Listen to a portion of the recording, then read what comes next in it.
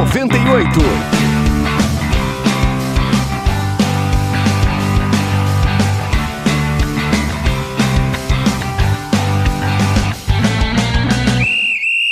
Deixa eu dar uma boa noite aqui ao Ricardo Drubski, porque hoje senta que lá vem resenha e muita resenha. Um prazer te receber aqui, Drubski. Um prazer também, Everton. Prazer estar falando com todos vocês aqui, com o ouvinte, né, da 98. É um tempinho que eu não vinha à rádio e estou aqui hoje pra gente debater, discutir e tirar, assim, deleitar um pouquinho com os assuntos do futebol. Temos muita coisa pra falar, muita coisa mesmo. E aí, Gris, tudo bem, Gris? Boa noite. Tudo bem, Everton, boa noite a todos, boa noite aos ouvintes da Arena 98, boa noite especial pro grande Ricardo Drubski, com certeza a resenha vai ser de primeira qualidade, viu, Everton? Alexandre Silva, beleza, monstrão? Tudo bom, Everton? Boa noite pra você, rapaziada ligada aqui no Arena, e lembrando, né, pode mandar suas perguntas aí pro Ricardo Drubski, bater um papo com a gente aqui, aproveitar a presença dele, nosso claro WhatsApp 993169898, também na nossa hashtag lá no Twitter, Arena 98, Everton. Ô Drubski, a gente, por que você resolveu agora tornar-se um gestor e é uma decisão definitiva? Não volta mais para o banco de reservas? Bom, isso faz parte da minha vida quase que desde sempre, né?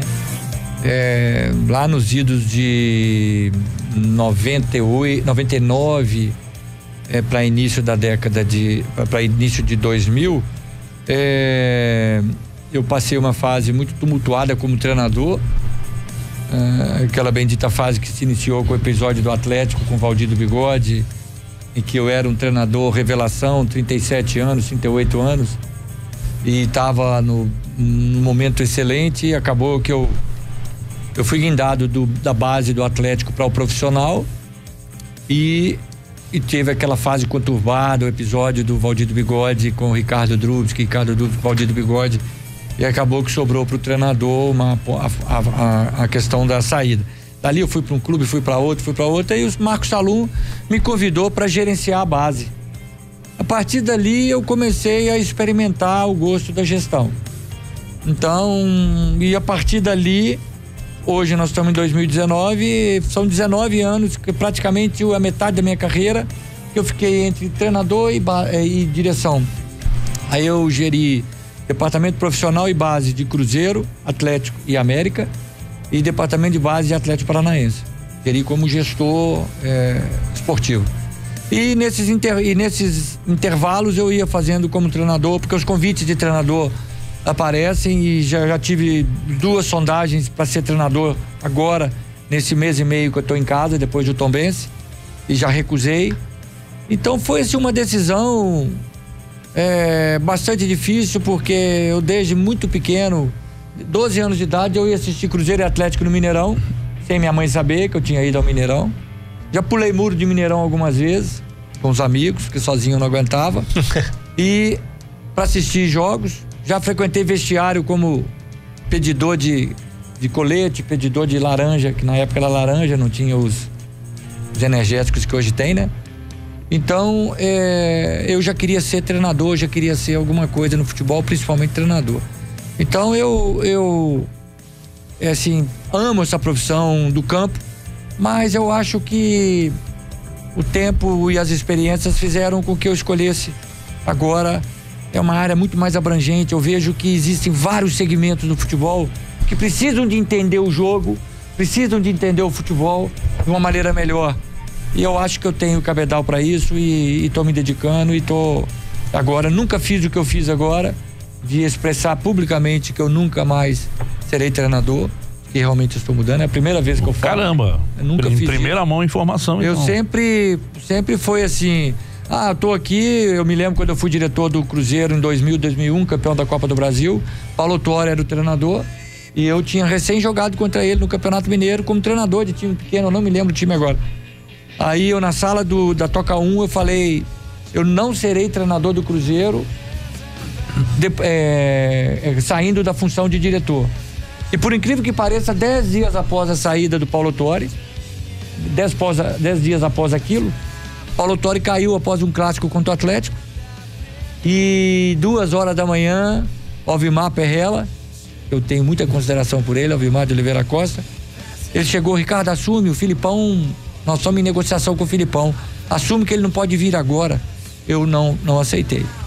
Eu poderia, se fosse oportunista. Então, assim, eu nunca tive nada antiético nessa relação diretor-treinador, diretor-treinador, treinador-diretor. Mas agora realmente assumi a minha vontade e espero ser feliz nessa trajetória aí. Bom, nesse cargo de gestor, já você pergunta, porque eu já te interrompi aqui. Nessa carreira de gestor, você já recebeu recentemente 2 convites para ser treinador e recusou.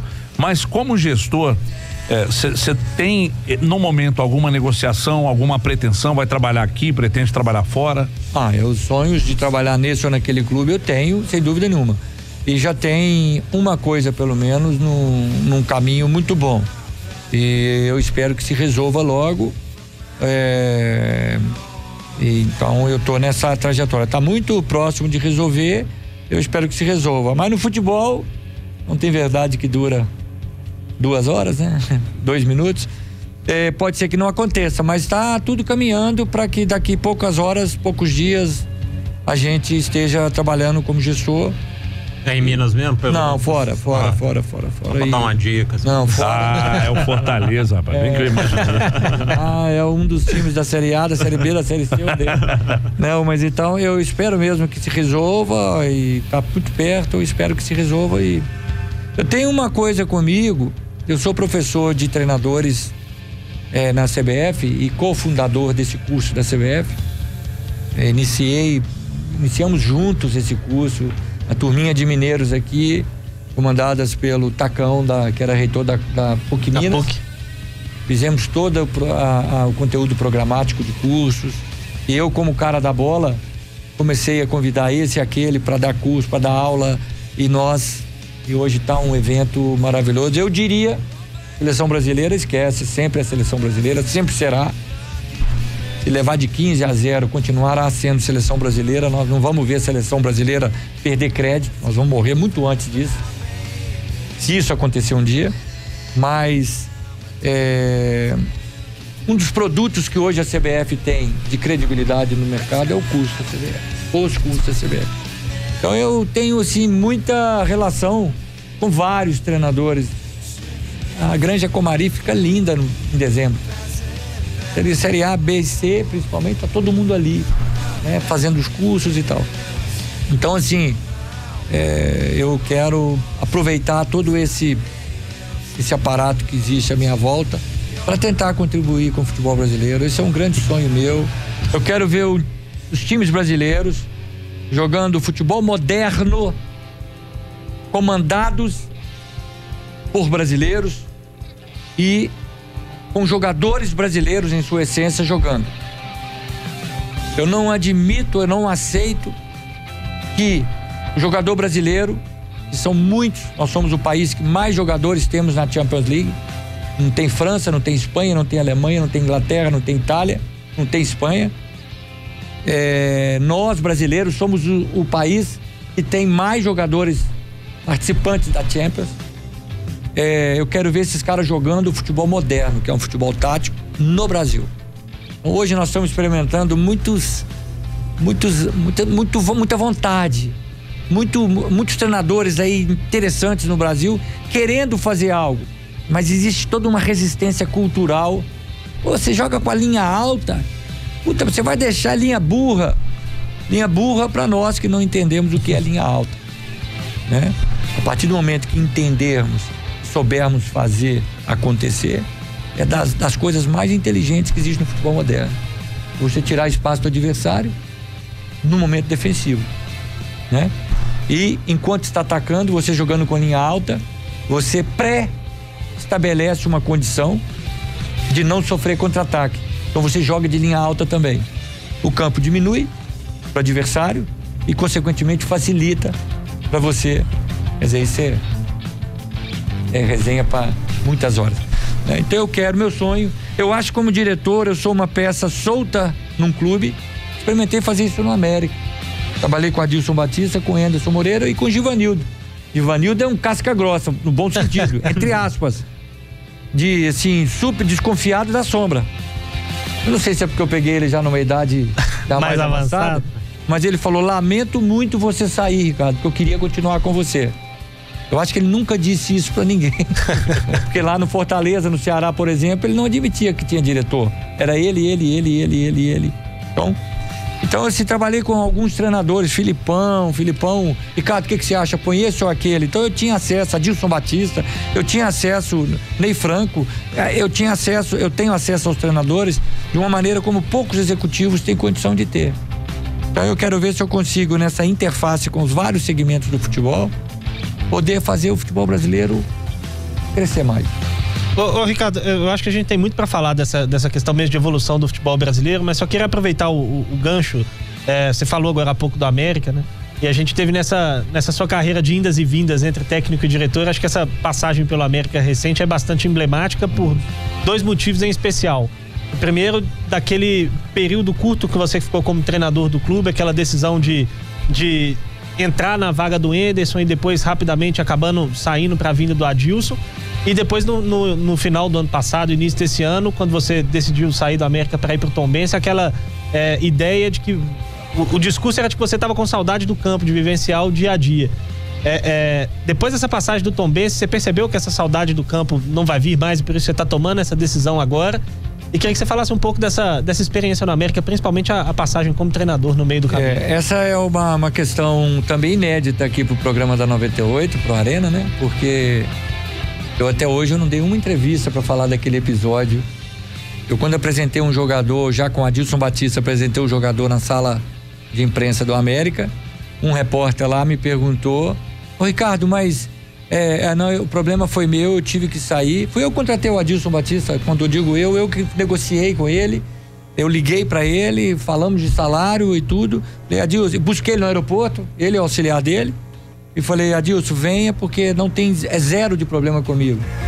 Dentro do campo, o primeiro dia, segundo dia do Adilson, eu trabalhei como auxiliar dele para passar o time, porque realmente eu tive um problema sério, totalmente contornado, em que e aquilo me deixou um pouco chateado de, poxa, o Salum chegou para mim e falou: Ricardo, você tem interesse em assumir o América? Eu falei: eu gostaria muito, me sinto muito capaz, e eu acho que por ser praticamente um pai do Enderson, o Enderson foi meu atleta, meu auxiliar, meu preparador físico, eu contratei ele como treinador de 3, 4 clubes, e nós somos praticamente irmãos.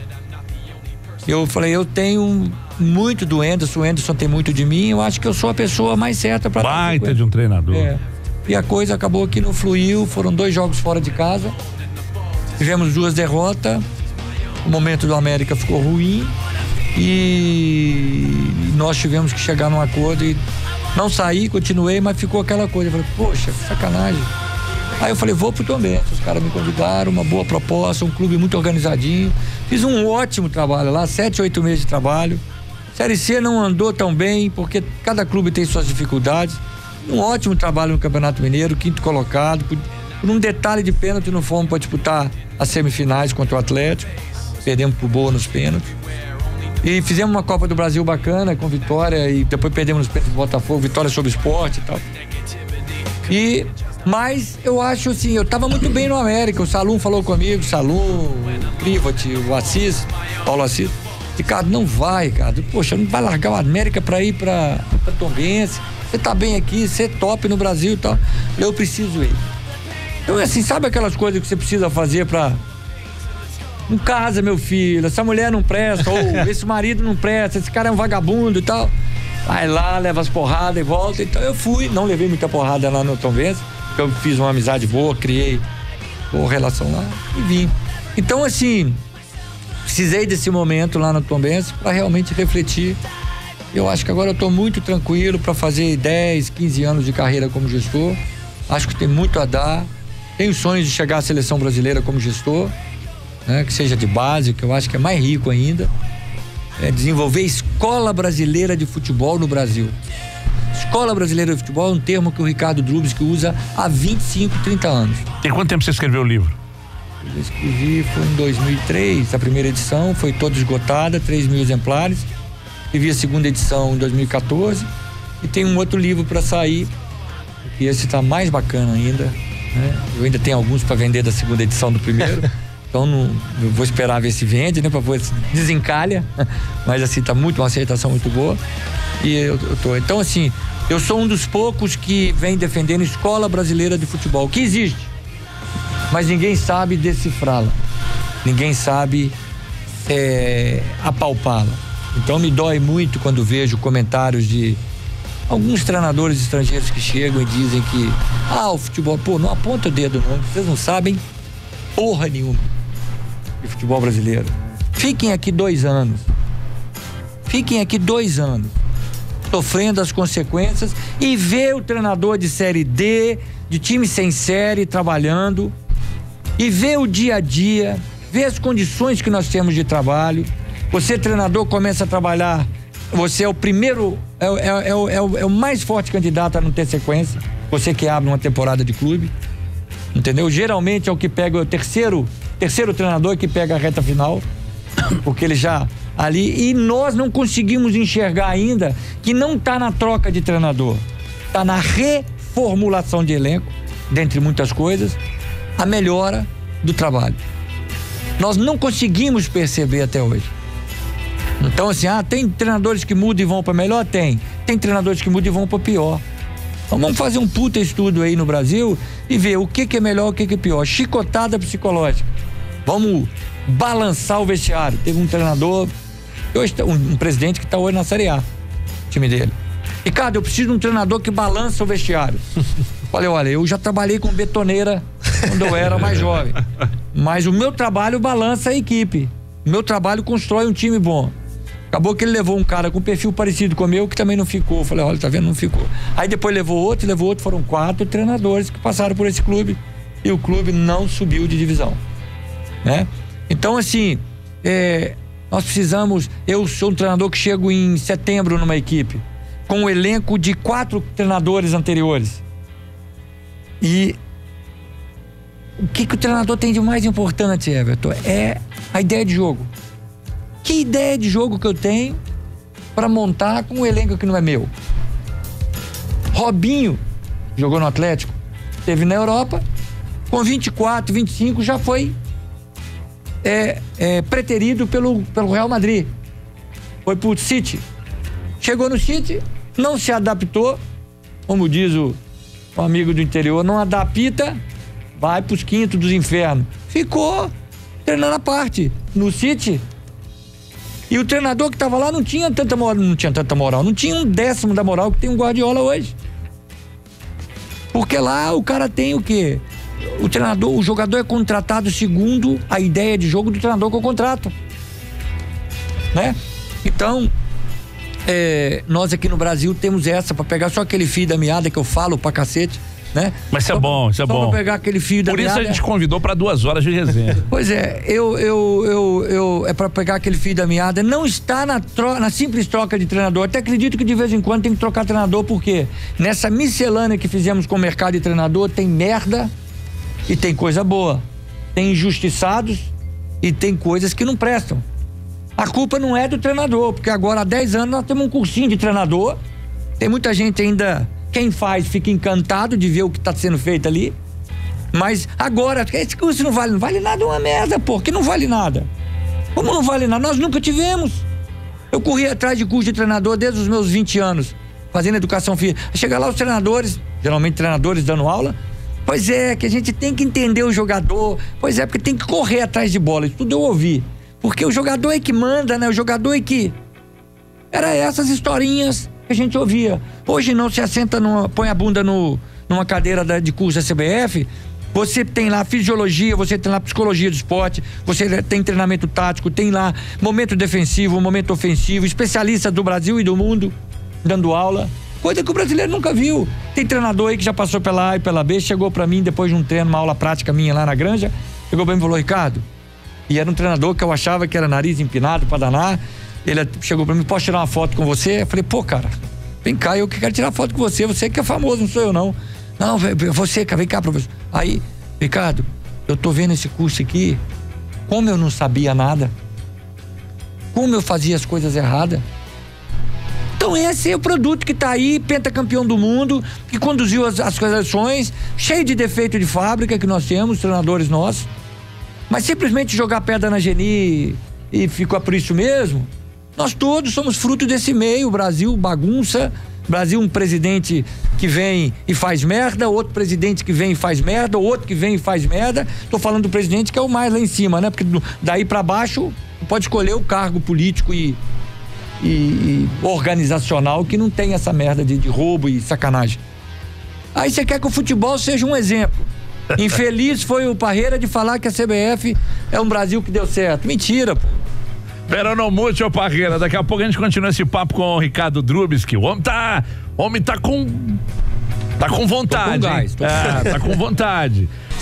Você fala em qualificação dos treinadores, que a gente tem percebido sim um movimento com relação a novas ideias, a estar sempre não se modernizando, mas se atualizando com relação ao que acontece no futebol, para trazer algo de fora para cá, ou daqui também ser um exportador de ideias para outros centros, enfim. Mas o futebol brasileiro, eu acredito, pelo menos na minha visão, que ele está tentando se reconstruir ou se reformular de baixo para cima, né? A iniciativa é muito mais dos técnicos, talvez de alguns gestores, do que partir dos líderes dos clubes, né? Dos mandatários dos clubes, que incentiva o técnico dele a se modernizar, a se atualizar. Não, é de baixo para cima, né? Se você enxerga dessa forma, e se isso é algo prejudicial, porque vocês tentam reformular o que vocês pensam, o trabalho de vocês, ao mesmo tempo, você lá no topo da pirâmide encontra alguém que talvez seja retrógrada, algo paradigma aí. Essa visão, Gomide, ela é linda, essa visão, essa análise, essa percepção, ela é fidedigna, ela é verdadeiríssima. Porque quem estuda somos nós que estamos ali no campo. A classe dirigente é uma classe política. Então o envolvimento da direção macro, a direção master do futebol, é uma direção ligada profissionalmente a diversas outras áreas. Então, assim, quem quer ver o esporte pelo esporte, quem trabalha o esporte pelo esporte, quem ama o esporte, eu diria que é ali do executivo para baixo, porque depende profissionalmente daquilo, vive aquilo. E você vê historinhas aí de atletas, de ex-atletas, de treinadores, de gestores, historinha de começaram lá embaixo, que tem o maior prazer de estar hoje jogando com fulano de tal, que eu na época era meu ídolo, que hoje é meu treinador e era meu ídolo, papá. Então o sonho tá ali. E a questão, na minha visão, o dia que nós tivermos o futebol profissionalizado em todos os termos, clube e empresa, o dia que nós tivermos o clube e empresa instaurado, com todas as suas prerrogativas no futebol brasileiro, nós vamos ter mais essa contrapartida. O Figueirense tentou lá. Mas nós somos um país, nós somos um futebol que está dando tiro para todo lado. Então, nós precisamos passar por esse processo. O João Paulo Medina, há muitos anos, ele defende que nós precisávamos de um foro técnico competente, com membros de imprensa, treinadores, gestores, atletas, enfim, até parte da torcida, dirigentes estatutários, um foro de discussão ampla com poder de decisão. Não são congressos em que se fala realmente, e um beijo, um queijo. Não, um foro constituído, aliás, a gente precisa disso para muitas coisas no Brasil, né? Mas para o futebol. Então precisaríamos de um foro para debater e discutirmos alguns assuntos, para a gente poder criar algumas normas para que a coisa andasse. Infelizmente não é assim. Agora, no último arbitral da CBF, não sei nem se chama arbitral, mas no conselho técnico que teve lá, discutiu-se a ideia, foi até proposta da CBF. A CBF tem coisas boas, galera, é o tipo da coisa, não é tão fácil mexer num ninho de abelha como é aquilo. Mas tem coisas boas, e continua tendo coisas ruins também. Mas tem coisas boas ali, tecnicamente falando e tal. Então eles propuseram que os clubes só tivessem 2 treinadores por ano. Não. 90%, 3, né? 90% dos dirigentes não quiseram. Parece que o Atlético foi o único clube que votou a favor, né? Não sei, pra mim interessa, não precisa contar quem fez o milagre. Só o milagre pra mim já tá. Então não quiseram. Então os dirigentes é que são culpados. Não, fazemos parte todos do mesmo ambiente. Então nós precisávamos de um ambiente mais rico. Assistindo um programa de uma televisão aí, onde o Zé Elias estava no programa e o irmão dele assistindo. Aí chamaram, o irmão dele jogou na Inter na Juventus 5 anos. Como é que chama o irmão? Rubinho. Aí eles estavam falando da possibilidade do Neymar ir para a Juventus. Aí o Rubinho, lá do bastidor do programa, estava dizendo, vai não. Aí os caras pegam, não, vem cá, diga aqui, ó. Então, programa parecido com os seus, assim, de não faz merda não, que você vai ter que falar no ar. E aí ele veio, não, porque eu conheço a Juventus. Lá o jogador que dá o mínimo de problema extracampo e que possa denegrir a imagem do clube, não vai. Profissional nenhum não vai pra Juventus, porque eles prezam muito.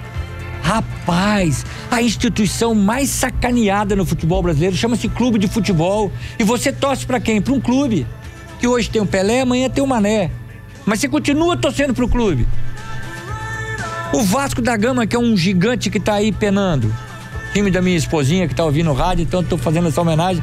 Quem sabe quando eu chegar vai ter uns beijinhos diferentes. Né? Então, o Vasco da Gama, que é uma potência de gigante, né? Hoje não tem os Roberto Dinamite, só para dizer o ícone do Vasco. Mas os Romários, os Edmundos, enfim, os Pedrinhos, os vários jogadores que por ali passaram. O vascaíno continua, eu sou prova viva, tá ali, ó. Todo dia, todo Natal tem que ouvir essa merda desse hino do Vasco, que as mulheres, 11 mulheres dentro de casa, as irmãs dela, cantando o hino do Vasco na hora da ceia de Natal. Eu tenho que ouvir isso, né? E já trabalhei em clubes gigantes também, bom mas tem que gosto ouvir. Delas lá. Não, bom, eu também acho. Então, você continua torcendo pro Vasco. Então é treinador, é jogador, é presidente, é dirigente, seja quem for, passou por ali. Tem uma frase linda na sede do Atlético, do Roberto Drummond. Se minha camisa do Galo estiver pendurada e o vento vier, eu torço contra o vento. É linda essa frase do Roberto Drummond, falecido Roberto Drummond. Então você continua torcendo. E não, os clubes hoje estão de pinico na mão, de joelho para empresário, para treinador, para jogador. Tem jogador que manda mais do que presidente. Então você está criticando os gestores. Eu estou criticando todos. Todos nós que não sabemos respeitar a célula máter, a célula principal do futebol, que é o clube. E peguei o exemplo do Rubinho. Ou quem não quer Neymar, cara. Assim, eu sou totalmente contra muita coisa que está acontecendo com esse menino. Não sei se tem volta, porque esse menino foi criado desde 12 anos numa redoma.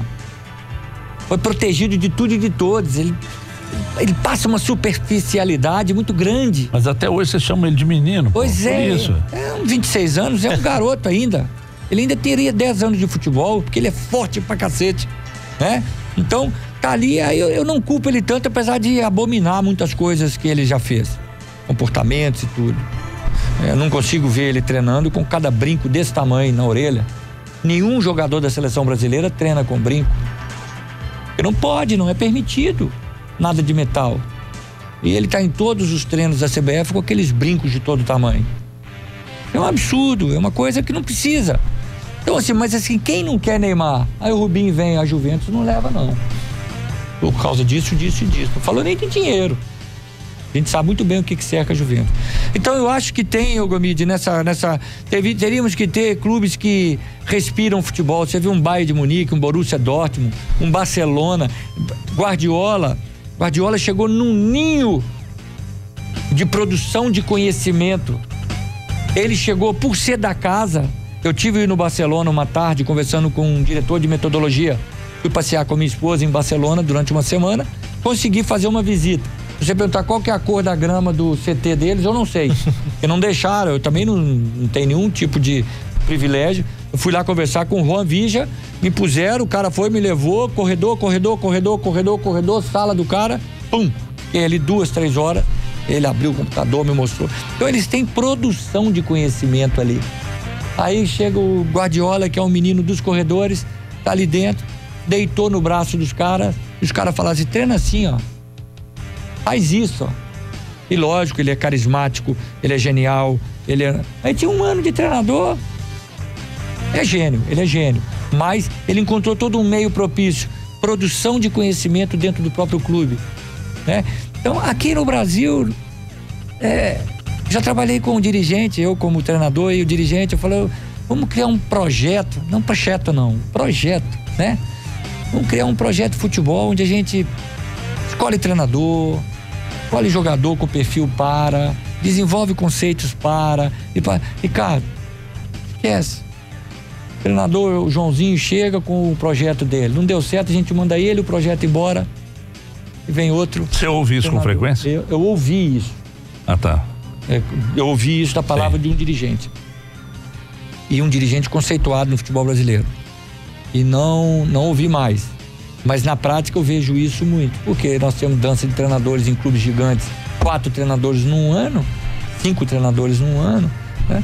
Então, assim, precisamos respirar mais futebol. Precisamos todos os membros, do porteiro até o presidente, respirar mais futebol. Se der tempo, lá pra frente eu vou contar um casinho de Goiás Futebol Clube, no clube pelo qual passei também como treinador. Aí eu vou contar depois desse casinho para vocês verem. O ambiente de derrota, de vitória num clube muda totalmente dentro do Brasil e todos já sabem o que vai acontecer. Coitado do treinador brasileiro que entra num clube numa fase ruim. O porteiro quase que não olha pra ele. Porra, quem é? O treinador. Puta que pariu, pá. Fecha a porta lá. Então, se tô fazendo uma brincadeira com isso, mas assim, o ambiente fica todo, do porteiro ao presidente, fica todo avesso. Você acha que no Cruzeiro hoje tá assim? Eu não tenho dúvida. Não tenho dúvida que o ambiente não é dos melhores. Agora, o que está acontecendo, esquece, que eu não me imagino, não tenho a mínima competência para dizer. No Cruzeiro tá assim, no Vasco tá assim, na Chapecoense tá assim, no Avaí tá assim, no Fluminense tá assim, aquele clima, sabe? Pesado. Que não ajuda, entendeu? Deixa eu fazer um comercial aqui, ô Drubis. Aqui, vocês fazem comercial pra caramba, esse programa é bom mesmo. Programa bom. Programa bom, tem muito. E muito patrocinador dos bons, hein, cara? Tem muito patrocínio, mesmo. Tem muito patrocínio, mas é muito mesmo. Olha só, vamos girar aqui então as perguntas que chegaram. O Ale já separou algumas ali para Ricardo Drubis, Ali. O Drubis que citou o Neymar, tem uma pergunta aqui do Everton, lá do bairro Providência, tá perguntando justamente sobre isso. Se você, como gestor de futebol, contrataria um jogador como o Neymar por causa dos problemas extra-campo dele? Eu contrataria sim, teria o grande prazer e, como sempre fiz, tentaria contribuir de alguma forma para que as coisas chegasse a um bom termo, de que o futebol fosse a coisa mais importante para ele, que o jogo fosse a coisa mais importante, o que ele sabe fazer de melhor, né? Então eu contrataria sim, porque é gênio. Ele é gênio. Gênio são poucos que tem no mundo. O Marco Aurélio do bairro Serrano tá te perguntando sobre, no caso do Cruzeiro, o erro do Mano Menezes às vezes foi não ter renovado o elenco, foi ter mantido, né? A maioria do elenco aí para esse ano. Pra você ter uma ideia, nós que somos mineiros e de Belo Horizonte e que estamos aqui no dia a dia, o início do Cruzeiro foi maravilhoso. Sim.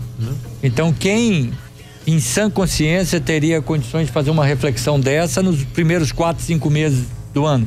Cruzeiro campeão mineiro, Cruzeiro bem nisso, bem naquilo, Libertadores, Copa do Brasil e parará.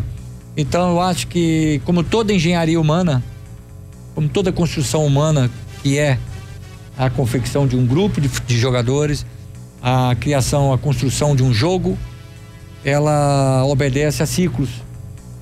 E realmente 3 anos no Brasil equivale aos 20 do Ferguson lá no Manchester United. 3 anos para um treinador no Brasil é muito desgaste. Então ele pegou uma sequência ruim e aí virou a abóbora, né? A carruagem virou a abóbora, os cavalos viraram os ratinhos e aí a coisa se complicou. Mas eu acho que estava tudo caminhando muito bem no Cruzeiro, até que vem como diz o Luxemburgo, né? Não foi o Luxemburgo, não, foi o Cuca. Foi o Cuca, todos nós falamos isso. Vem um jogo, né? Pra nos estragar, né? Tava tudo maravilhoso, tava tudo indo bem. E os jogos não foram muito favoráveis ao Cruzeiro e, consequentemente, ao Mano Menezes. Mas você acha que quando acontece algo, como aconteceu com o Mano, depois de 3 anos, um trabalho que parecia muito sólido e de repente nada mais funciona, nada mais dá certo. Você acha que é alguma coisa específica, alguma fagulha específica que gera isso, ou você acha que é uma série de fatos até chegar à situação insustentável que se tornou o trabalho dele? É sistêmico, é complexo. Acho que a visão sistêmica veio para o mundo moderno, de décadas para cá, para que a gente pudesse, sim, vamos tentar consertar, vamos tentar limpar esse pedaço de chão que está sujo, mas sabedor de que se a gente limpar simplesmente o chão e não corrigir as pessoas que passam por esse pedaço jogando a sujeira, nós vamos ter sempre esse chão sujo. Então vamos limpar porque ele não pode ficar sujo, mas vamos tentar conscientizar as pessoas que estão nesse ambiente para que não sujem mais.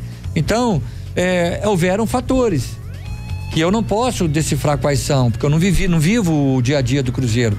Há fatores pontuais que têm que ser atacados, mas há toda uma conjuntura, né? O próprio desgaste, o Mano já tinha entregado o cargo em jogos antes. Ele jogou contra o Atlético. E aí já tinha falado que estava à disposição, porque realmente é um conjunto de fatores que vão somando. O jogador que não jogava com o Mano, por exemplo, sabia que não ia jogar com o Mano. Eu já não estava inserido no mesmo contexto que os outros. Enfim, é um caminhão de problemas. Nesse caso, quando o treinador entrega o cargo assim, é praticamente impossível de segurar. É questão de tempo. Tem casos de casos. Tem casos de casos, mas realmente o treinador pode ser fraqueza do treinador, pode ser realmente um ambiente hostil, entre aspas, muito grande.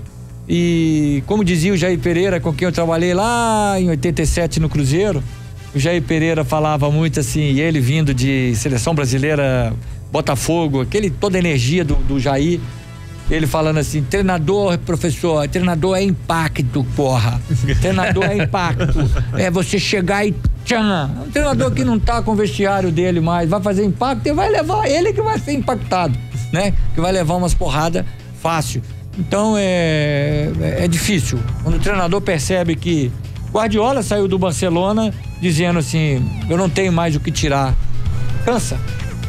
E hoje a gente vê, eu vi uma entrevista daquele menino que jogou na América, do lateral direito, que tá hoje na Juventus. Danilo.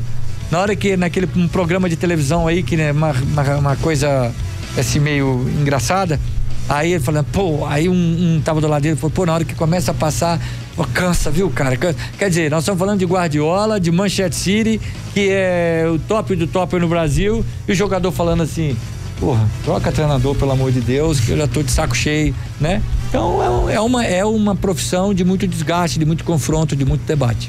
Ô Drubs, que até é claro que você não pode falar exatamente do que está acontecendo dentro do Cruzeiro, porque não é um contexto que você está inserido. Mas queria que você falasse um pouquinho da sua relação com o Itair Machado. Você trabalhou no Ipatinga com ele mais de uma vez. Qual que é a sua impressão a respeito do Itair? Como que você está enxergando esse momento difícil que ele está passando dentro do Cruzeiro? Galera, eu gosto do Itair Machado. Eu gosto. Sou obrigado a dizer que eu gosto. Porque apesar de muitas coisas conspirarem contra ele, eu fui muito bem tratado no Ipatinga 3 vezes que eu trabalhei com ele. Fui muito respeitado.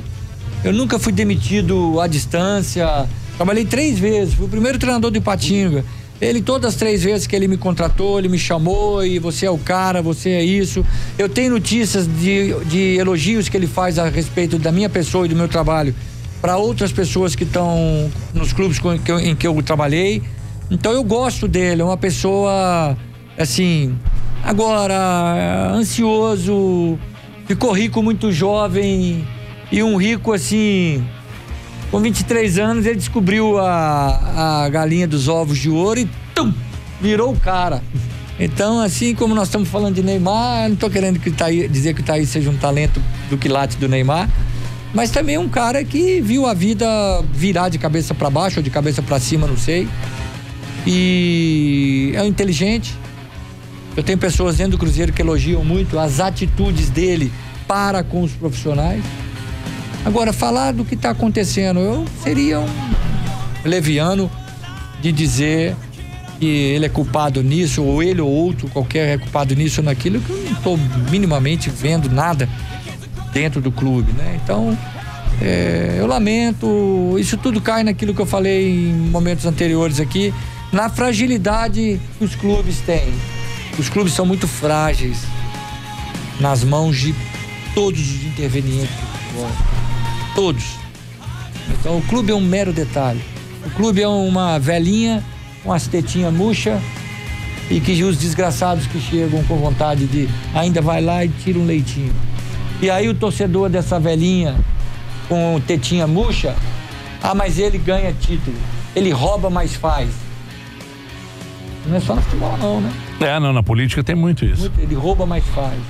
Então nós brasileiros precisamos tomar um banho de cultura, de civilização, de respeito. Esses colarinhos brancos que nos roubam aí, o brasileiro, inclusive eu, vejo esse camarada nos roubando e fala, filha da puta, sacana, esse cara é isso, esse cara é aquilo, pá. Ele tá matando gente, cara. Ele tá matando. Quanto dinheiro tá saindo da escola para ele levar pros bolsos dele? Quanto dinheiro tá saindo da saúde? Quanto dinheiro tá nessas estradas federais aí com buraco? E nós com a nossa familhinha lá indo pra praia e não chegamos? Tomamos não chegar? Quem no Brasil, quem em Belo Horizonte não tem um parente ou um amigo que já não morreu na 381? Belo Horizonte, Monlevade? Quem em Belo Horizonte não tem um parente que não já morreu, ficou aleijado ou alguma coisa assim? E tá lá a rodovia, décadas e décadas e décadas, é uma rodovia federal. A gente de volta com Ricardo Drubski como convidado do Arena. Fiz uma pergunta no bloco anterior, que um cara que tem 40 anos de janela já, 36 anos. 36 anos de futebol. Como é que você enxerga o trabalho dessa rapaziada, principalmente nos nossos 3 clubes mineiros aqui? Felipe Conceição, é curioso, né? O trabalho do Barbieri, que é jovem, passou pelo Flamengo e tal, rodou, antes ele estava no Goiás, Gris? Goiás, sim. No Goiás, né? Campeão goiano. Pois não foi campeão goiano. E aí ele veio pra cá, o trabalho não entrou, e o do Felipe Conceição, que era auxiliar dele, acabou entrando, o Rogério Ceni no Cruzeiro e o Rodrigo Santana no Atlético. Como é que você vê a chegada desses, entre aspas, moleques no futebol? Eu vejo com muito bons olhos. Nós temos uma safra muito interessante. Tem uns garotos aí que estão muito entusiasmados e com ansiedade além da conta para fazer as coisas acontecerem. E existe uma ferramenta muito importante que é a qualidade de treino, qualidade de comunicação, para que os conceitos, os conteúdos de treino cheguem ao jogo da maneira que o treinador quer. O treinador hoje sabe muito conteúdo, mas transmite pouco. Mas assim, uma safra muito grande. E está sofrendo assim a consequência desse mercado brasileiro que é muito maluco, né? O tempo. Nós não temos treinadores de derrota, nós só temos treinadores de vitória. Pega a história, eu não vou ficar citando o Tele no São Paulo, que era pé frio, era não sei o que, virou o Messi Tele. Depois de 5 anos de São Paulo. É o Antônio Lopes do Vasco, é o Filipão no Grêmio, é o Mano Menezes no Cruzeiro, é o Marcelo Oliveira no Cruzeiro, que enquanto ganhou, depois perdeu tudo e sai. Enfim, vários treinadores aí. Renato Gaúcho tá essa longevidade no Grêmio porque tá ganhando. Passar aí 3, 4 meses com resultados infelizes, vai cair, mas tranquilamente, com estátua e tudo.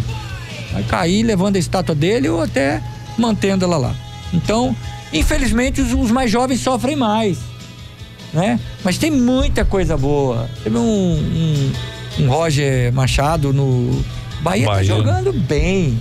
O Fortaleza jogou bem. O Anderson Moreira o Ceará tá jogando bem. Tá jogando bem. Agora vai perder, tá disputando um campeonato que não é para ser campeão.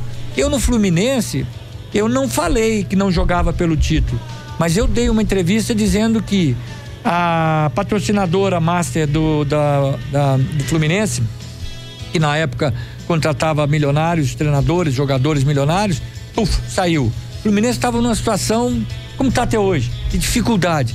Os caras me perguntaram numa coletiva, Ricardo, e aí, quais são os planos do Fluminense para esse brasileiro? Eu falei, olha, nós com uma a perda do grande patrocinador, nós estamos passando por uma fase de transição, mas a gente vai buscar. Nossa senhora, o diretor chegou para mim e falou: Ricardo, a mídia social, como é que fala? As redes sociais. As redes sociais pegou mal demais aquilo que você falou. Não se pode dizer que o Fluminense vai ser o 10º lugar, 12º, por quê? Aí eu aprendi uma frase: nós não somos favoritos, mas somos candidatos. Então hoje, se eu for pro repimpoca da parafuseta do Nordeste, eu vou dizer: não, vamos disputar o Brasileiro da Série A, mas nós não somos favoritos, mas somos candidatos sim, porque eu não quero perder meu emprego, eu tenho filho para criar ainda. Mas nós não aceitamos viver com derrota, e o brasileiro precisa aprender a viver com derrota, não por gostar de derrota, saber que aquilo é um processo, isso é construção humana, isso é engenharia humana. Não se faz um time, um jogo, não se constrói um jogo da noite pro dia. E os mais jovens sofrem com isso. Os mais jovens, na hora que começa 3, 4 derrotas, eles assustam. Perdem a cabeça deles. Assustam, e aquele tanto de coisa na cabeça, muito difícil. Sabe quem tá te mandando um abraço aqui? Chico Maia. Um abração pra ele, gosto muito dele. Tá te mandando um abraço, tá ouvindo a gente aqui. Grande Chico Maia. O Vitão Martins tá. Então tem uma história boa aí pra contar, hein? Citou a história do de patinho. Os causos serão o grande finale do programa. Não precisa contar o nome, não, mas pode contar o. Mas os casos. Eles me pegaram com a macaca hoje, né? Porque tem muito tempo que eu não participo de programa, então eu tô falando merda pra caramba. E ainda temos que falar da final da Copa do Brasil, senão a mulher do Drubs que não deixa ele entrar em casa hoje, não. Da Copa do Brasil? Da final do jogo que você ficou assistindo antes, se não falar rapidinho. Se não falar, sua mulher não deixa entrar em casa, não. Anotei tudo, até jogador que eu não conhecia, eu anotei, fiz referência dele, fui lá no Google, lá nos Quintos dos Infernos, lá achar como é que o cara fazia. Ô Drubski, logo no início da entrevista você falou a respeito de uma meta, um sonho, enfim, um objetivo, né, de fazer com que o futebol praticado no Brasil seja um pouco mais moderno, citou a questão da linha alta, né? Por exemplo, a questão, que você falou da linha alta, eu vou repetir aqui porque você acabou citando. A questão da linha alta talvez seja um comportamento de jogo que no Brasil ainda não é muito praticado, né? A gente vê poucas equipes utilizando esse tipo de artifício, de comportamento durante o jogo, né? Mas, por exemplo, você chega num clube e tenta fazer um time que joga com a linha alta, mas sofre ali e perde por 3-0. E 3 gols que o time conseguiu atacar a sua profundidade, você perdeu por conta da linha alta. Ok. Você acha que o jogador brasileiro, na sua maioria, ele está propenso já a receber esse tipo de estímulo? Eu digo pelo seguinte, porque você perguntar para, acho que 100% dos jogadores da Série A, os que ainda não jogaram, se você perguntar qual que é o seu sonho, meu sonho é jogar na Europa. Na Europa, se ele for, talvez 70% dos times vão estimulá-lo a jogar com a linha alta. Se ele quiser jogar com linha baixa, ou ele sai do time, ou o time vai se desfazer do jogador. Também. Você acha que aqui no Brasil os jogadores estão propensos a receber esse tipo de estímulo e sem reclamar, porque ele sabe que no futuro isso pode ser algo que ele vai agregar para a carreira? Porque aqui parece que o jogador reclama quando faz, mas se for para fora, não fala nada. Eu mencionar só jogador nessa história seria uma injustiça minha, mas eu acho que nós, treinadores, principalmente os treinadores mais antigos, e até alguns jovens que também têm resistência, torcedores, a mídia de uma maneira em geral, os dirigentes, enfim, todos nós ainda temos medo de jogar modernamente, ou seja, tirando espaço do adversário e tentando criar. Aqui no Brasil, quando a gente recua a bola pro goleiro, não, chuta pra frente. Chuta pra frente pro adversário pegar e em 10 segundos está ali nos acossando. Então, se a gente voltar a bola pro goleiro, já tá sendo vaiado. Então, isso é uma coisa assim que nós precisamos mexer como um todo no futebol. Então, jogadores oferecem resistência sim.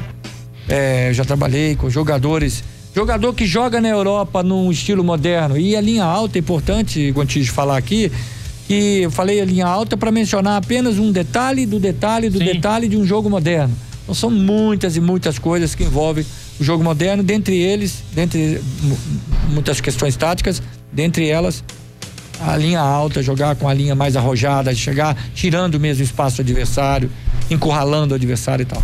Então, assim, realmente os jogadores oferecem. Agora, vamos elogiar o Mano Menezes, o Jesus e o Sampaoli. A gente tem que perceber, nós que convivemos com pessoas, que mexemos com isso a vida inteira, a chegada de um Sampaoli no Santos, que não é o mesmo elenco de um Flamengo, e a chegada de um Jesus, pode carregar esse nome, o cara já chega com um cabedal fantástico, né? Mas o cara que chega ali, Europa, o Sampaoli passou por time europeu, fez uma linda campanha no Chile, no Laú do Chile, seleção argentina, já chega com um status de, esse cara tem respeito, ao invés das 3 derrotas do brasileiro, ele tem 10 derrotas para ser mandado embora. Então ele já chega com respeito, o vestiário abaixa para ele. Aí chega o Ricardo Drubsky no Flamengo para querer fazer coisas melhores do que o Jesus. E modéstia às favas, eu faço coisas boas também. Entendeu? Mas quanta resistência eu vou ter? Dos jogadores? De tudo. Entendeu? Então, assim, eu tenho visto o Flamengo do Jesus, eu vejo jogo todo dia, toda hora, gente. 3, 4 jogos por dia. Jogo de dentro e de fora de casa, de Brasil e fora. O Jesus tá começando a entender, até porque ele tem um jeito diferente do Sampaoli, um jeito mais mandando palminha pra torcida, não sei o que mais e tal. Quer dizer, um jeito mais, né? Olha a foto. À toa que nós viemos de lá também, né? Português, veio de lá, é mais midiático. Porque se não fizer isso, eu tô vendo jogo de treinadores, amigos meus, que não tem esse hábito, estão lá correndo igual um retardado na beira de campo, querendo aparecer, porque é cobrado dele jogar com o time. E o jogador lá dentro não escuta merda nenhuma do que você tá falando lá fora. Nem pra você ele olha. E o jogador tem que ir lá pra refletir, tem que ir lá ver o jogo. O Sampaoli olha mais pro chão do que pro campo. Então isso faz com que eu, que sou um pesquisador do treino, eu pesquiso o treinamento há 30 anos, meu livro é sobre treinamento, eu disse, treina pra caralho esse tal de Sampaoli. Porque no jogo ele não vê o jogo. Então o que ele faz, porque ele não vê o jogo, ele fica ali no chão o tempo todo olhando. Aí vamos imitar o Sampaoli, porque o Sampaoli é o cara. Imita o treinamento do Sampaoli, a qualidade de treino do Sampaoli. Mas aquele papel dele ali, ele tem comichão, ele tem alguma coisa ali, ele não para de andar, ele tem alguma coisa ali que ele gosta. Mas você gosta do trabalho dele? Gosto, porque eu sei que ele faz bons treinos. Desde o Laú, naquela Copa América, em que ele falou, meu time vai jogar assim, assim e assim. Enquanto o Brasil, que nunca tinha perdido pro Chile, deu um chocolate no Brasil. Desde aquele jogo, já tinha visto o Laú jogando, mas aí vamos ver se não é o Laú, igual o meu Tupi, que eu fui campeão da Série D, com o Tupi, mas era o Tupi, jogador de R$600, o jogador falava, mandava comer areia, eles comiam. Mandava ajoelhar, eles ajoelhavam. Agora vai num vestiário só de figurão pra ver se os caras... Então tem tudo isso que influencia. Mas aí o Sampaoli, eu gosto dele pra caramba, o time dele joga, o time dele tem conceito. E o Thiago Nunes? Thiago Nunes, eu tô vendo coisas boas. Mas aqui, assim como outros tantos, inclusive Ricardo Drubsky, que passou, que já foi um menino dirigindo o Atlético Mineiro também, meia dúzia de pancadinha ali, 2 empates, 3 derrotas, mas cai bonito. Mas o Petralha tá bancando ele lá, hein? Tá bancando porque tá ganhando? Não tem dúvida. Eu converso com o Petralha, eu me dou bem com ele, gosto dele, trabalhei 3 anos e meio no Atlético Paranaense. Tivemos uma subida de divisão com o Atlético, o treinador, né? Tenho o respeito do Petralha e o respeito muito, mas quando começar a sofrer, vai ser mais a pressão é grande, não sei o quê. O Leston Júnior. Esse é bom demais, e é do Pombal, que é de onde eu e o Alê viemos, lá em Divinópolis, que era Coab, e o Leston Júnior tá dizendo aqui, o filho do Drubsky, jovem, faz um grande trabalho no Sport Recife, na área diretiva. Seu filho tá fazendo lá de bom assim pra chamar a atenção? Lucas Drubsky, que é o diretor executivo do esporte. Que legal, cara. 29 anos, 29. Faz agora dia 14. Depois da manhã. E ele foi pra lá a convite do Klaus, pra ser supervisor do profissional. Ele já trabalhava há 3, 4 anos no Cruzeiro, na base do Cruzeiro. A chamada do Klaus também, que era diretor da base. Eu não sabia de nada, não fiz isso aqui de força pra ele ir. Ele é louco pra trabalhar comigo, eu falo, comigo você não trabalha de jeito nenhum. Mas que isso? Tive agora 10 dias com ele lá, tá muito bem centrado, ele é advogado de formação. E aí, na saída do Klaus pro Grêmio, não tem tu, vai tu mesmo. Então puseram o Lucas para substituir questões financeiras e tudo. Só que ele nadou.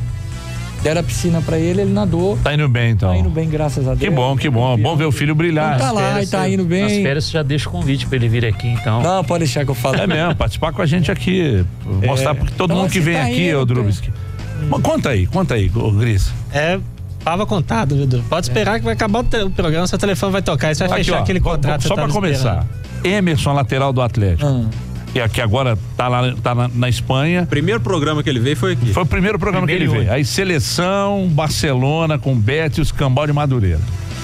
Cleiton, goleiro do Atlético, veio aqui, seleção. Fala mais, aí que tem muitos. Lucas Silva veio aqui. Fez gol depois de 5 anos que ele não fazia um gol, veio aqui e fez gol no jogo seguinte. Ele veio aqui numa quinta-feira, domingo ele fez gol. É uma coisa. Posso dar um recado pra minha esposa? Zé Wellison, era reserva, veio aqui no jogo seguinte, titular do Galo.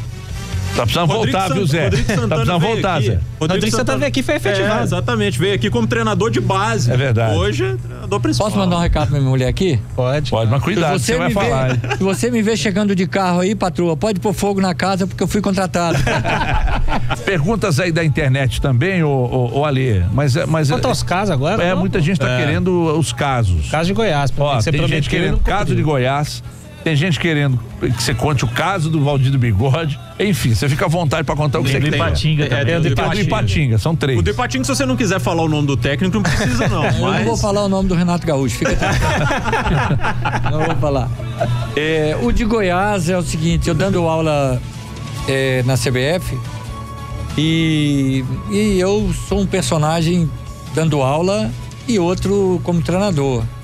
Como diretor. Logicamente, como diretor e treinador, muito mais atento à busca de alta performance, essas coisas todas de um grupo e tal. Como professor, você cria alguns feedbacks didáticos para poder. Então a gente sempre no contexto, e meu livro até gira em torno disso também, no contexto daquele assunto importante, você conta um casinho para ilustrar. E eu estava falando sobre o ambiente do clube, que nós até comentamos aqui, como fica desfavorável ao treinador um ambiente de derrota. Após 5 derrotas no Goiás, Série A do Brasileiro 2014, a coisa tava... as malas em casa já estavam prontinha, tava tudo certinho, o carro já tava de tanque cheio para vir embora, né? 1.000 quilômetros de Goiânia até Belo Horizonte. E veio o jogo contra o Atlético Paranaense, Série A do Brasileiro. Aí eu sempre acordo muito cedo, tô lá tomando meu cafezinho da manhã, na concentração lá do Serrinha, do Goiás, que hoje tá muito mais bonita, na minha época tava mais a comida deliciosa do Bosquinho, é um cozinheiro de altíssimo nível, uma pessoa. Aí, como sempre, ele tomava café da manhã, dia de jogo contra o Atlético Paranaense à tarde. Aí eu tô lá às 6h30, 7 horas, assistindo uma televisãozinha na minha frente, assim como tá aqui hoje, e o Bosquinho só sentou do meu lado e ficou. E eu tô lá tomando meu café, aquele ritual de sempre. Aí eu falei, Bosquinho. Ele olhou pra mim, aquele jeitinho caipira mineiro e de Goiânia também, que são parecidos. Professor. Falei, Bosquinho. Falou, professor. Falei, se eu não ganhar hoje, eu tô fudido, né? Tá, professor. Se ganhar hoje, nós vamos perder o senhor. Falei, pois é. Ganhamos de 3-1, graças a Deus, e fizemos uma baita campanha com o Goiás. Ficamos em 12º, ainda classificamos pra Sul-Americana, com um elenco muito baratinho e tudo. Então isso foi gostoso. E o do Renato Gaúcho, Ipatinga, na Série A do Brasileiro. Não quero que o Itaí Machado e as pessoas com quem eu trabalhei fiquem chateados com o que eu vou dizer, mas nós não fomos convidados para aquela festa. O time mereceu subir, que foi o Emerson Ávila que subiu o time para a Série A, ganhou o melhor treinador de Minas aqui também, foi muito legal e tal, méritos e tudo. Mas quando entra um time como Ipatinga, 10 aninhos de vida, quando entra numa Série A do Brasileiro, assim como outros, eu não vou ficar mencionando, vou mencionar apenas o do Ipatinga. Poxa, você sai do São Paulo, um filho de uma égua, de um massagista que trabalhou comigo no interior, ligou pra mim depois de uma derrota de 4 ou 5 pro Vasco. Ô, professor, a gente tá vendo os jogos, seu time tá jogando bem e tal e coisa, mas vai melhorar, você vai jogar contra quem agora? Eu falei, vou pegar o São Paulo, depois o Cruzeiro no Mineirão, depois... Só tá fudido. O Wendel, massagista do Ipiranga de Manhuaçu, que trabalhou no Cruzeiro, no América também, no Atlético e tal, uma figurinha. Hoje mexe com rádio lá em Manhuaçu. Não sei que audiência tá tendo. Pobre, então. Não sei que audiência tá tendo, não. Mas aí, nós e Fluminense dentro do Ipatingão. Sim. E acabou o primeiro tempo 1-0 pro Fluminense. E aquela descida ali do túnel ali, você passa antes, uma turminha bacana que fica ali, ó, muito educada que fica ali, só chamando, ô professor, vamos lá, você é bonito, você é um cara bacana. Vai vendo. Só não xingaram mais a minha mãe, porque é uma só, porque se fosse duas eu tava lascado. E aí, o Renato veio, nunca vi mais gorda, não sei na televisão, né? Me abraçou, ô professor, preocupa não, isso é assim mesmo e tal. Falei, te lascar pra lá. Tava pensando até pedir um autógrafo pra ele, mas o desgraçado veio lá me elogiando, mas tudo bem, obrigado, me consolando. Virou o segundo tempo, ganhamos no segundo tempo 2-1. Ele arrumou uma pressa pra ir embora, subiu, nem olhou na minha cara. Eu falei, deixa pra lá e tal. O importante é que ganhamos do Fluminense de 2-1. E é verdade que ele foi demitido? Foi demitido naquele jogo. Naquele jogo? Então, assim, são situações que o futebol nos mostra. Eu gosto muito do Renato, apesar desse folclore dele e tudo. Ele realmente é um cara, um ícone do futebol brasileiro, um cara merecedor de todos os elogios. Mas são fatos que vão acontecendo na nossa vida. E o futebol, apesar da seriedade, do altíssimo nível em que a gente participa, tem esses momentos de descontração. Como é que foi o contato com o Renato no curso lá da CBF? Eu não tive lá. Não tive lá. Mas eu era um dos que falava, gente, calma, porque a galera tava, absurdo, esse cara fala isso, ele tem que fazer o curso, se ele não fizer, não sei o que. Ele foi lá quietinho, fez o curso, o Maurício e o Oswaldo, que são 2 companheiros da coordenação lá. O Ricardo veio aqui, participou, fez, tal. Então, assim, se ele não valorizasse o conhecimento, os filhos deles não estudavam, né? Ô, Drubs, que o do Valdir Bigode, você não gosta de falar? Não é que eu não gosto, é um episódio que tá tão distante. Foi um momento de euforia que eu tive, né?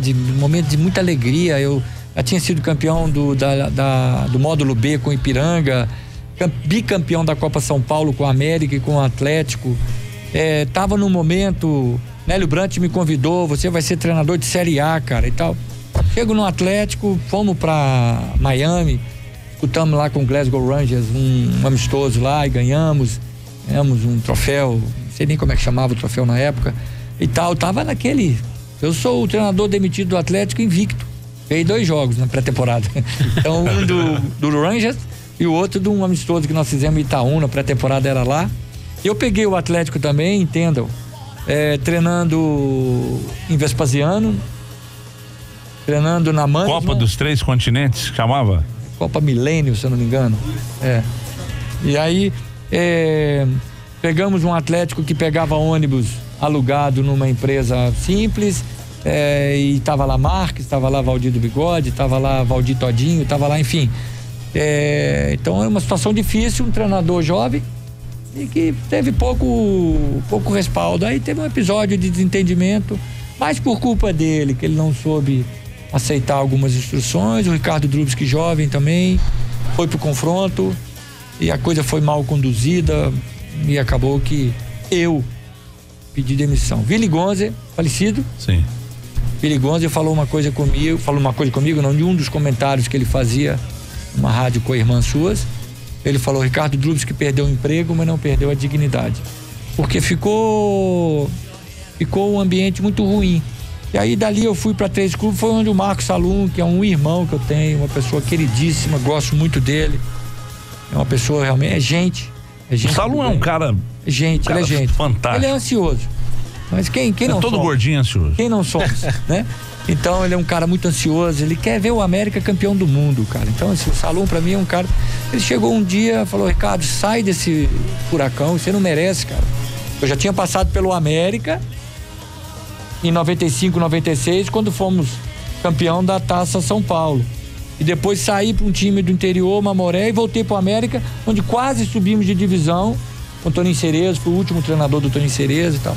Então tive 2 anos no América, assim, 95, 96, muito bons. E ali eu conheci o Salum. E aí lá em 99, ele me chamou, vem ser meu diretor. Eu falei, diretor, cara? Eu nunca fui isso, cara. Não, vem ser meu manager. Eu falei, manager eu vou. Manager já é diferente, é uma palavra diferente. Tá?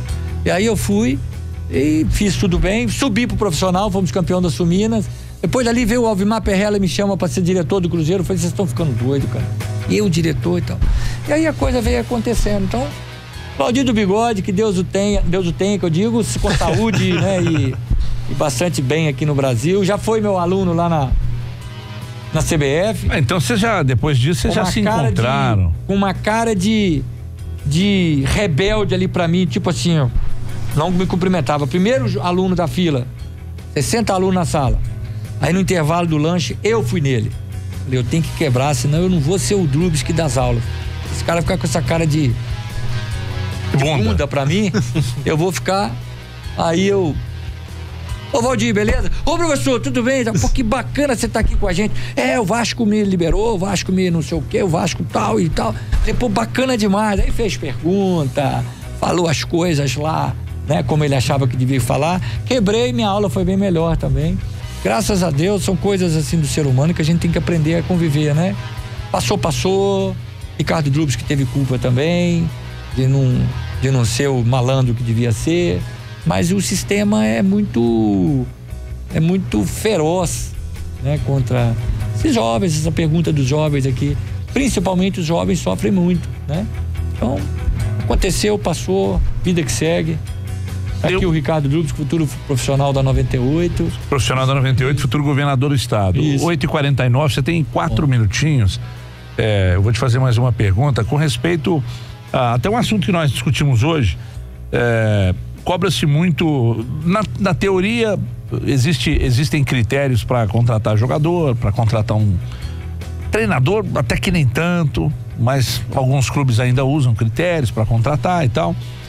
E com dirigentes é diferente, né? Você estava falando aí que o futebol ele é muito mal gerido em muitos clubes e com dirigente não tem critério. Cara, as medidas políticas que acontecem dentro dos clubes elegem por vezes alguns dirigentes que não têm a mínima condição de exercer a função de dirigente de clube grande. Pequeno também. E pequeno também. É que os pequenos do interior, aí que isso pega mesmo. Mas o que fazer para mudar isso? Pois eu acho que é um aprendizado geral que nós temos. Lá nos cursos da CBF a gente escuta o campeão do mundo, caras, figurões aí do futebol brasileiro que jogaram, vestiram grandes camisas no Brasil e no exterior. Ô professor, esse curso é um curso bom para dirigente tem que estar aqui para ouvir como são as coisas. Por que não tem? Não sei.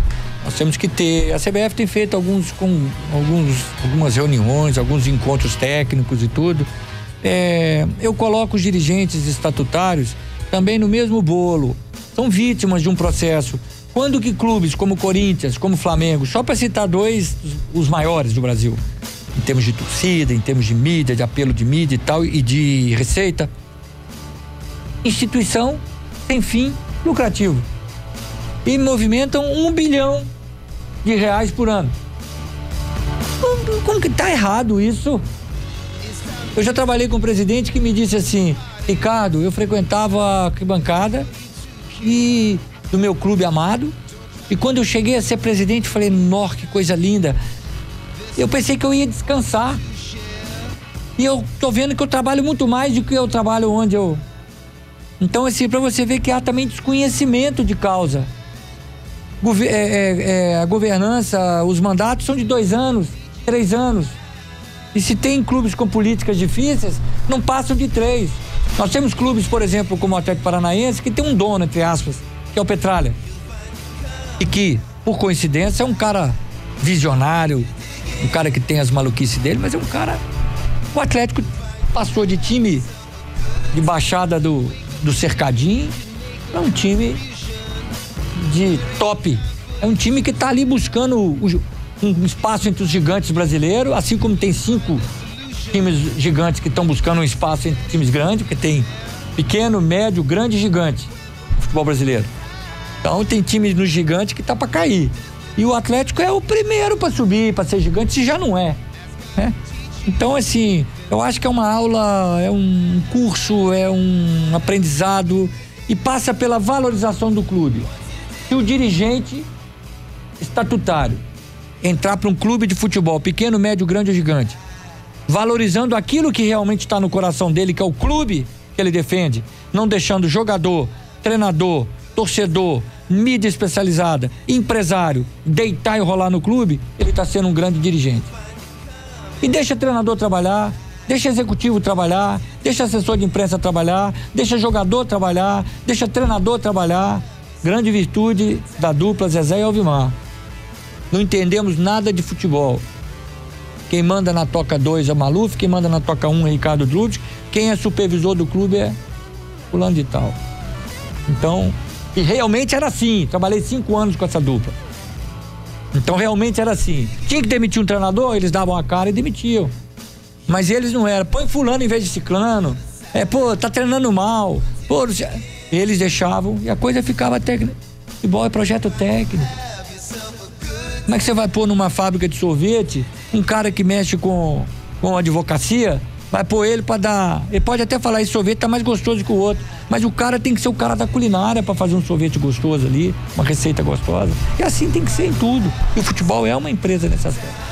Então precisamos todos aprender juntos o que é o futebol, valorizar o clube, a instituição maior que existe pra mim é o clube, e junto com ela vem o jogo, são as duas instituições que tem que ser respeitadas. E por incrível que pareça, o jogo tá igual mulambo no futebol brasileiro. Ninguém sabe nem o que é isso. Nem o que é isso. O time perdeu porque tem maus jogadores. O time ganhou porque tem bons jogadores. E o jogo? Que é o que os caras estão fazendo lá fora. O jogo, que tem a linha alta e tem a linha baixa. Tem um bloco alto, bloco médio e bloco baixo. Tem amplitude e tem profundidade. Nós estamos pegando as coisas tudo assim, ó. Né? Chega. Chega pra cacete. Ô Drubski, obrigado pela sua vinda aqui. Muito legal mesmo. Uma baita de uma resenha. Muita gente gostou muito. Pessoas do meio da comunicação, pessoas ligadas ao futebol, muita gente se manifestou aqui e inclusive te parabenizando. Obrigado, querido. Pela pegada. Você já tá pronto pra ser governador do estado, cara. Te cuida, Fecha com chave de ouro aí, Drubs. Conta o time que você vai trabalhar a partir de semana que vem. Vou trabalhar no Santa Teresa Futebol Clube. É o clube do meu coração, onde eu nasci. Um abraço! Arena 98.